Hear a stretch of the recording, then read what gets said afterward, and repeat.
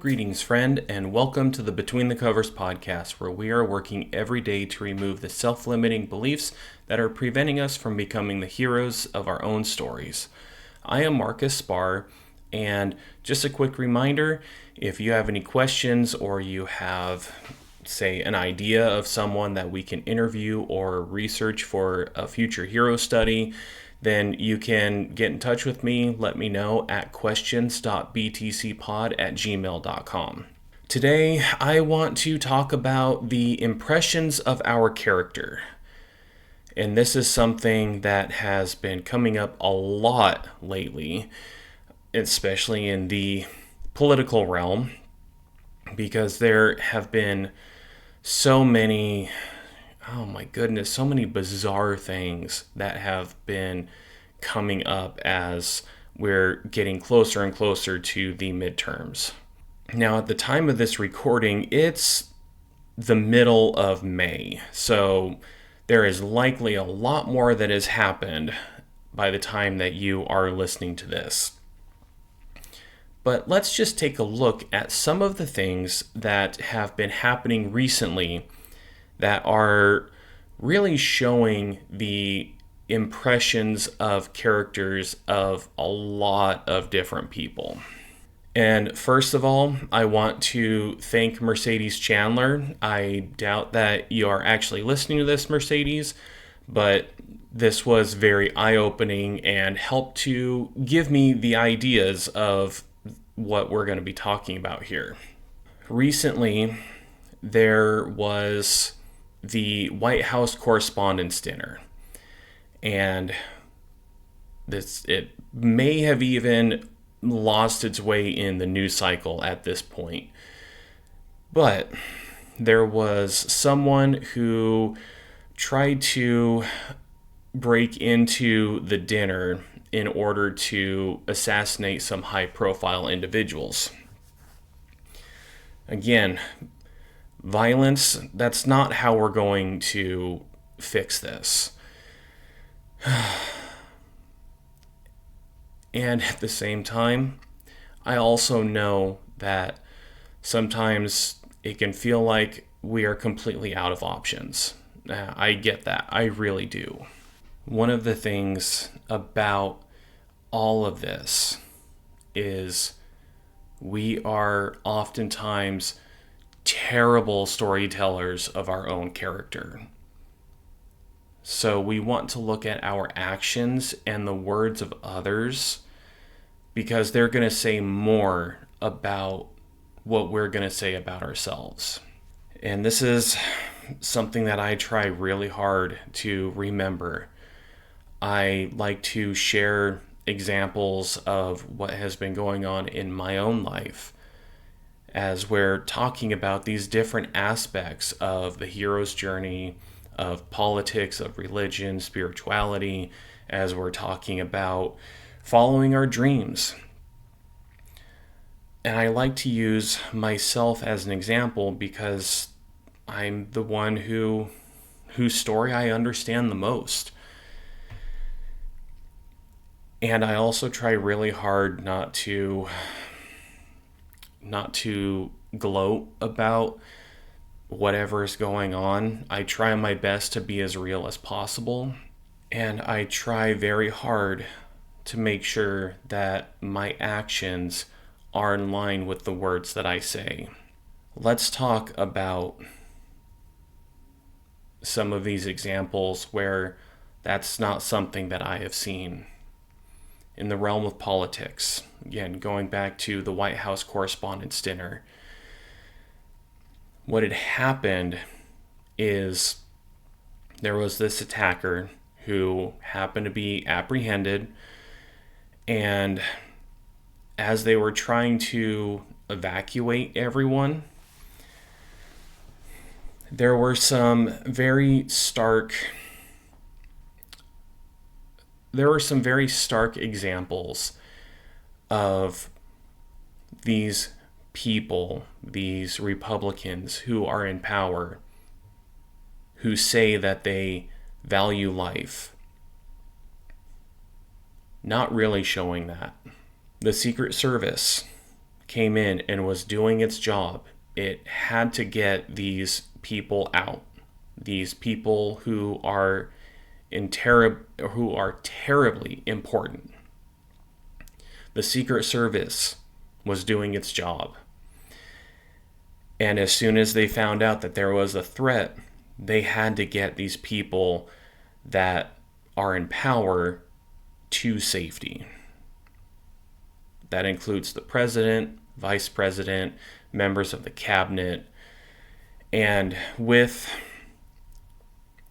this short video that I saw that Mercedes Chandler had posted, she showed that one individual, Stephen Miller, was the only one who actually tried to protect his wife as they were trying to evacuate.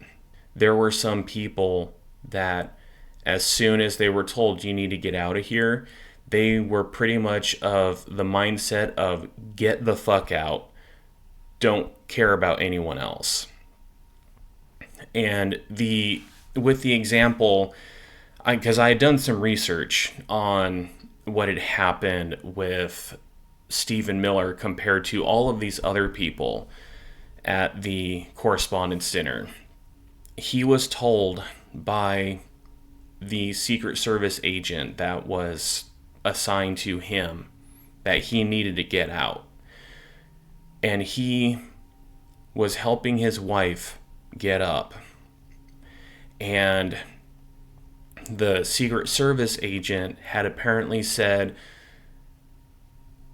have her stand in front of you, or have her in front of you, and then he was going to be behind. And they pretty much like walked out in a line that way, with Stephen Miller in the center. And as I was taking a look at some of this is something that describes a lot of people's character and the impressions that they leave behind. In fact, one of the things that's very interesting, we can say, is if you take a look at what people are saying with the anonymity of online spaces, oh boy, can that tell you a lot about people's character. Once there's that level of secrecy, it's almost as if their true selves come out.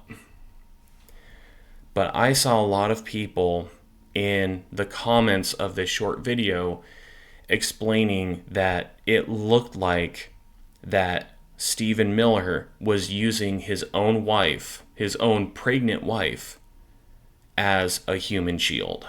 First of all, that says a lot about the people leaving these comments.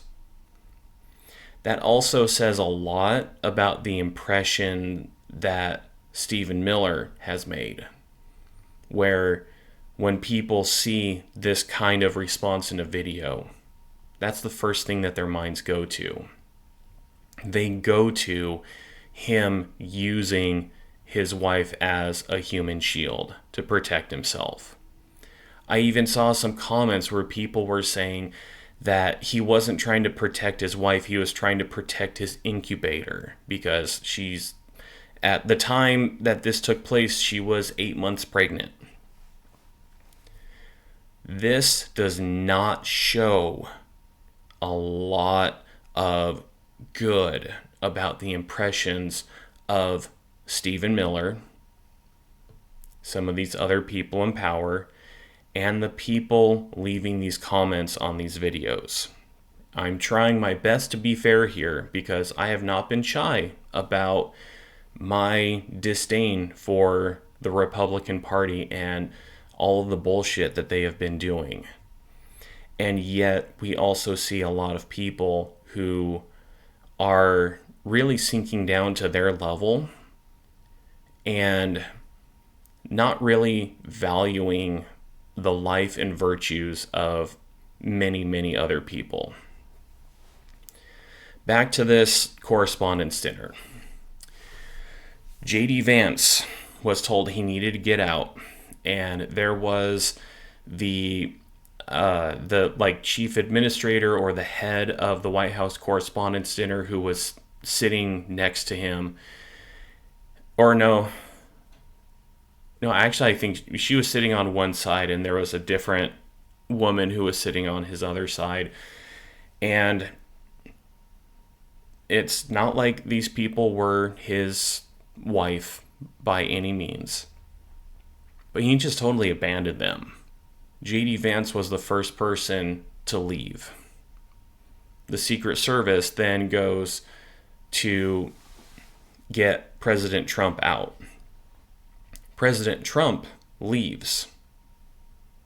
And he leaves his wife Melania behind.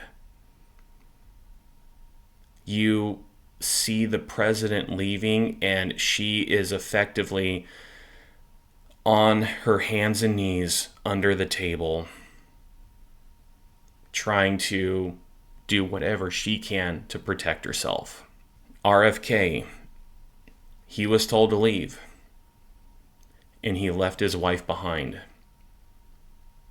I saw footage of his wife trying to keep up with him and the Secret Service agents who were trying to get him out. And these are people that say that they value and respect the lives of women. And yet when push comes to shove, the first thing that they do is they abandon these women. There was also something else that happened at this correspondence dinner that just blew my mind.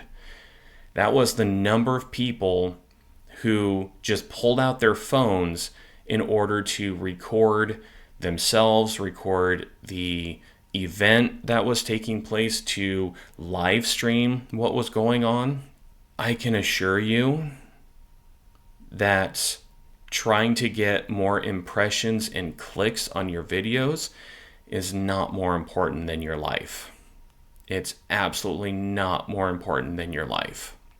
And one of the things that this reminds me of is a story that I heard back in college, I think it was, or right around that time.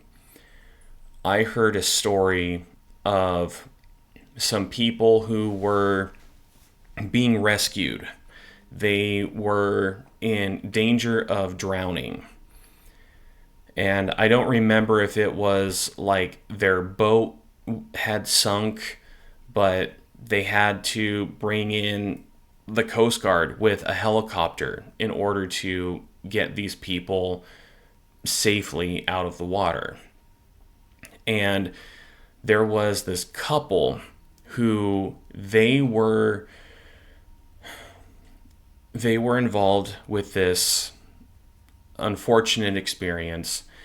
And as the helicopter was lowering, I don't remember what they were using, but as they were lowering like the bucket, the platform, the ladder, whatever it was, there was this woman who goes over, grabs a hold of it, and then her husband swims over, punches her in the face in order to get on himself. Now, when we are under duress, we do some very interesting things. When our survival instincts kick in, we can do some very interesting things. That's one of the reasons why I do a lot of work to try and help people with these maladaptive coping mechanisms, because they often show up when we are experiencing moments of survival and we are doing things that are detrimental to us. Needless to say, on the helicopter, the man was apologizing to the moon and back for what he had done. And because of those actions, that marriage dissolved. Because the wife saw how much her husband valued his life over hers, to the point that he would physically harm his own wife in order to save his skin. This is something that I am reminded of as I am seeing and hearing all of these stories about this correspondence dinner. Now, the last thing that I'm going to say about politics here, because I don't want this channel to be 100% about politics. There are way too many channels out there that are already doing that. The last thing I'll say here is, what impression does it leave behind for someone who has a gold statue built of himself?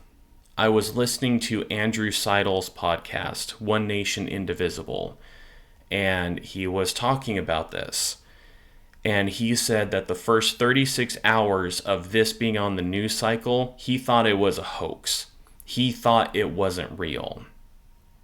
That there was a copper statue that was created of Donald Trump that was plated in gold. And it was, a 22-foot statue, if I remember right. And it was placed in,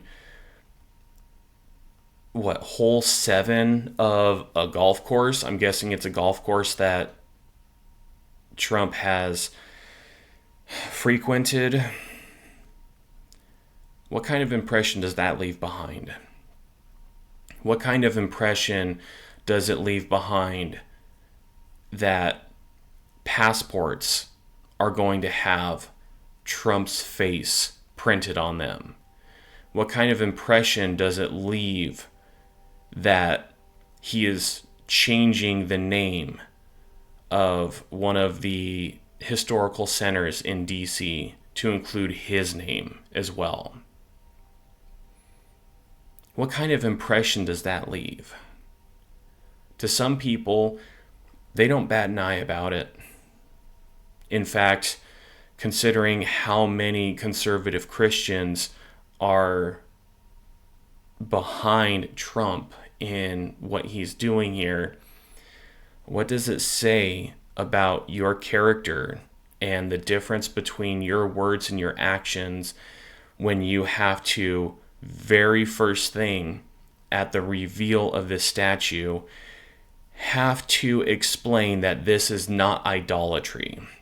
When your religion says that you're not to have idols, and you are there commemorating and celebrating the reveal of a gold-plated statue of the individual that a lot of these people have said are very similar to King Cyrus of Persia from the Book of Esther. And you have to explain that this is not idolatry. That might show that your words and your actions are not in line. You are leaving a very different impression of your character from what you say your character is. There was a YouTube channel that my partner Libby and I absolutely love to watch. It was D&D themed, and the content creator came up with fun little sketches and had a really good and solid community. There were some people who started a Kickstarter or a GoFundMe or whatever the crowdsourcing site that they used in order to bring together individuals who are trained in the use of certain weapons and martial arts, to bring them together to create a D&D story where these people are playing characters that are very similar to characters that they portray. And this includes individuals like Jacques the Whipper. I have loved following his stuff too. And this one YouTuber that we used to follow created a video just lambasting the people who started this campaign with 6 people who are experts in the use of some kind of weapon and some kind of skill. Because the production quality for the videos that they were releasing was subpar to what he would have expected for people who got as much money as they did. And as much as I say that I love Dungeons and Dragons, I mean, heck, I went with Libby and our D&D friends to Spokane just this last weekend, and we went to see Lucy Darling in person. Oh, what an incredible experience. And Lucy Darling has been very open about her love of Dungeons and Dragons. And there's, surprise, surprise, a lot of D&D players that show up to her events. There are also a lot of people that are on the queer spectrum. There are a lot of gays, a lot of lesbians, a lot of transgenders, a lot of asexual, a lot of these people that are not the cisgendered heteronormative individuals. And that is because she has created such a safe space for these people to be and to laugh and to feel represented. I mean, the comedian magician Carissa Hendricks that created the character of Lucy Darling has admitted that she's bisexual. As much as there are so many wonderful people in the Dungeons and Dragons community, it can also be very toxic. And we saw this toxicity come out with this one YouTuber. He became very toxic towards these individuals that were just trying to create a fun campaign to share with other people that people wanted so much that they invested their own money to make it happen. And I want to say they hit their goal by over 4 times, over 3 or 4 times the amount of what they were asking for. To the point that the people who are playing in this game started creating videos saying, "You guys have supported us so much, please stop giving us money for this. There are other people that can benefit from this money as well." What's that say about their characters? And as this content creator was lambasting this group for not using the funds that they received properly or appropriately, that the production quality was lower than he would have expected for how much money they had, for not following through on some of the promises that they made, because they were going to make it so that every single person playing had a tablet and you were going to be able to see the tablets. Well, you didn't see any of that. And I don't know what kind of technical issues they experienced. I don't know why that didn't happen. I'm not there for things to be technically sound. I'm there for the fun and for the story. And yet, this one individual couldn't let it go. And in his video, he said, "If I am wrong about this, then I will happily take this video down." And as soon as people started correcting him in videos of their own, in comments, just correcting him on, "Hey, you know what? What you're saying here is likely not true, and here's why."